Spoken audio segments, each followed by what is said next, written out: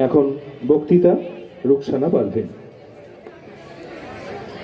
নমস্কার, আমি Bandipur ideal academy for girls স্কুলের একাদশ শ্রেণীর ছাত্রী রুকসানা পারভীন। আজ এই রহরা রামকৃষ্ণ মিশন প্রাঙ্গণে স্বামীজির 163তম জন্মবর্ষে উপস্থিত হয়েছি এবং আমি এই মহামানবের প্রতি আমার শ্রদ্ধা জ্ঞাপন করছি।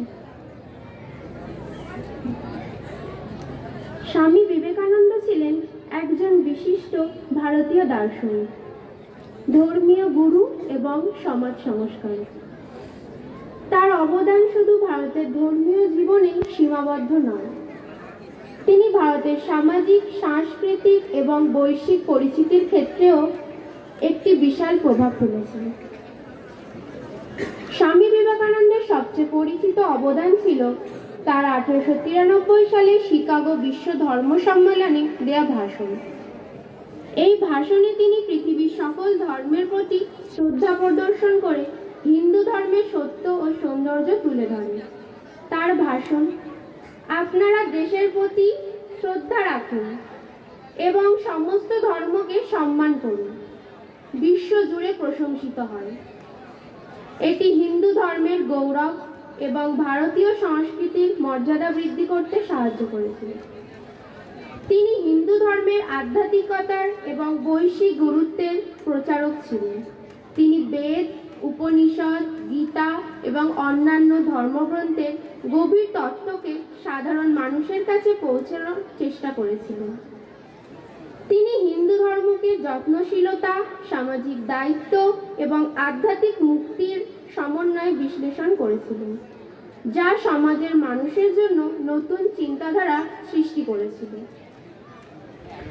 স্বামীজি নিজের ভাষণে অন্য ধর্মের প্রতি শ্রদ্ধার কথা বলেছেন এবং সবাইকে একত্রিত হয়ে ধর্ম, সমাজ ও মানবতার উন্নতি সাধনের জন্য কাজ করতে আহ্বান জানিয়েছেন।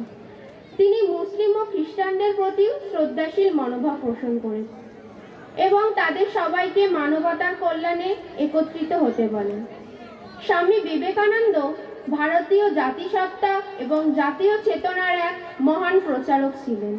তিনি বিশ্বাস করতেন যে ভারতের প্রকৃত শক্তি তার আধ্যাত্মিকতা, ঐতিহ্যে রয়েছে এবং তার জন্য ভারতীয় জাতিকে আত্মবিশ্বাসী হতে হবে।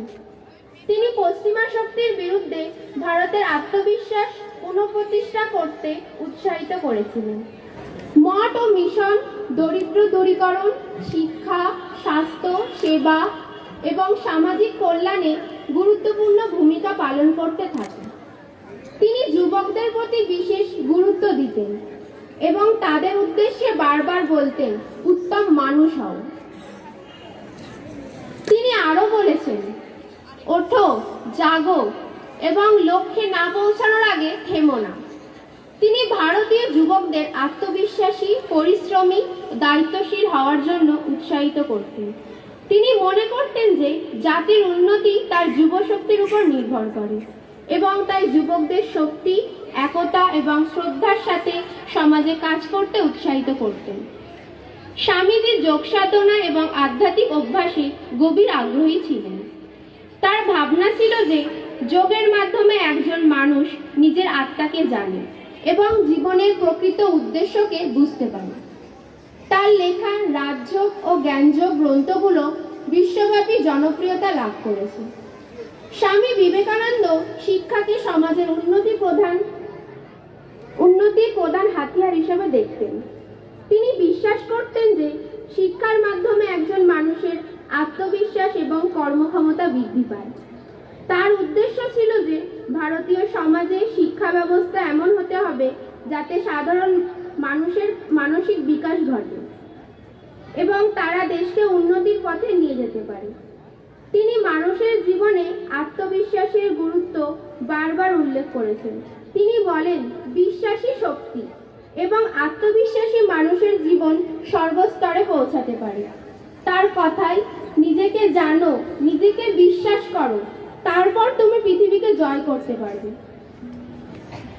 এভাবে স্বামী বিবেকানন্দ অবদান শুধু আধ্যাত্মিকতার মধ্যে সীমাবদ্ধ ছিল না, তিনি ভারতীয় সমাজ, সংস্কৃতি এবং ধর্ম জাতির উন্নতির জন্য গুরুত্বপূর্ণ পথপ্রদর্শক ছিলেন।